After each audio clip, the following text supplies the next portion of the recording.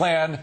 Should the government get involved more or stay out altogether? Do you think our Fox Business panel has any thoughts on this? I doubt it. They're so unopinionated, particularly getting Tom Atkins in the fight. But we've got Charles Payne here now as well. Good to see you, Charles. Thank you. What do you think? Is this just pure danger, or are they looking for some important things to change about the fee structure? You know, I'm always reluctant to have the government get involved, but obviously in hindsight of what's happened in the mortgage industry and the fact that maybe there should have been better disclosures and better education, I understand where they're coming from, but you don't want Congress involved. Anything like this. In fact, you know, we look at Wall Street, Sarbanes-Oxley, for instance, a knee-jerk reaction to a particular, you know, wave of corporate malfeasance that I think hurt America to the point where now New York is number 2 in IPOs in the world. So you wonder how far Congress will get. Once you let them off their leash, they go nuts, and sometimes it's counterproductive. Tom?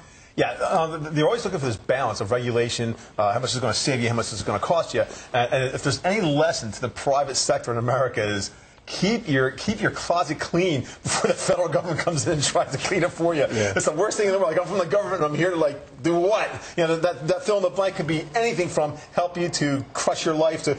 So if you're in the business of anything, I don't care what it is, keep your closet straight. Do everything you can to be honest with the American people. Peter, is this one thing the entire panel can agree on?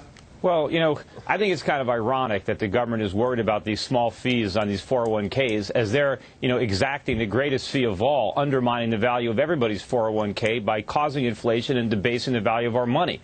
You know, in the last segment, here we go again. You know, well, let me finish this point because I didn't get a chance to do it before. You know, inflation today is as bad as anything we had in the 1970s. Sure, back in the 1970s. Wait. Inflation is as bad as anything we had. How do you figure that? Inflation was double digits. It's now less than 4 or 5%. Let me finish my point. In the 1970s, you had clock radios and digital watches and cassette players. All those things were falling in price, just like consumer electronics are falling in price now. But we had double-digit inflation. The reason we don't show it now is because in the late 1990s, the government changed the way they calculate the CPI. The government decided that they thought the CPI was overstating inflation, so they fixed it. Well, what they did is they now created an index that dramatically understates inflation. So the reason inflation is not as bad as it was in the 1970s is the government was more honest about it in the 1970s. Gary Kalpow, they're lying about it now. Peter's problem is that he's so young, he doesn't remember the 1970s. I'm so old, I do.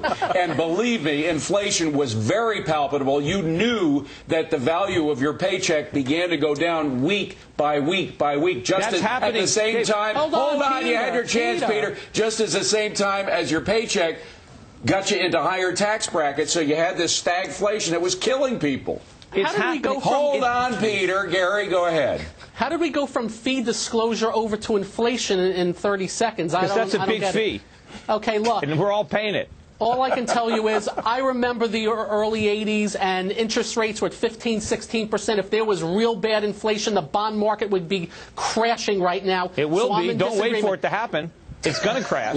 You know, you don't see any similarities between the 1970s? You don't see what's happening. Peter, you got to hold on. Go ahead. One thing I do want to say, you know, today we had consumer confidence numbers come out, and the current people's expectations over the last 18 months haven't been this low for the future. And I really worry about people who always talk about fear and anti-this and anti-that. And, you know, I always talk about Peter because he's really he's in that category. And what's happened is the real reason people aren't involved in their 401ks, they have no confidence in the stock market. And they keep watching it go up over and over and over. And it pains me to see so many average people buy a pair of Crocs but don't own the stock, go to McDonald's but don't own the stock. You know, anyone out there can be a part of this market, and yet they're not taking advantage of it because they're so afraid. So the fear mongers actually create almost a self-fulfilling thing when people don't react and people go into a shell. Charles, a lot of people saw what happened when they dipped their toe in the dot-com explosion. They did, I agree. They got burned, that was a long time ago. And let's also, Liz, look what they were buying. They were buying companies and stocks that were on a business plan on a napkin.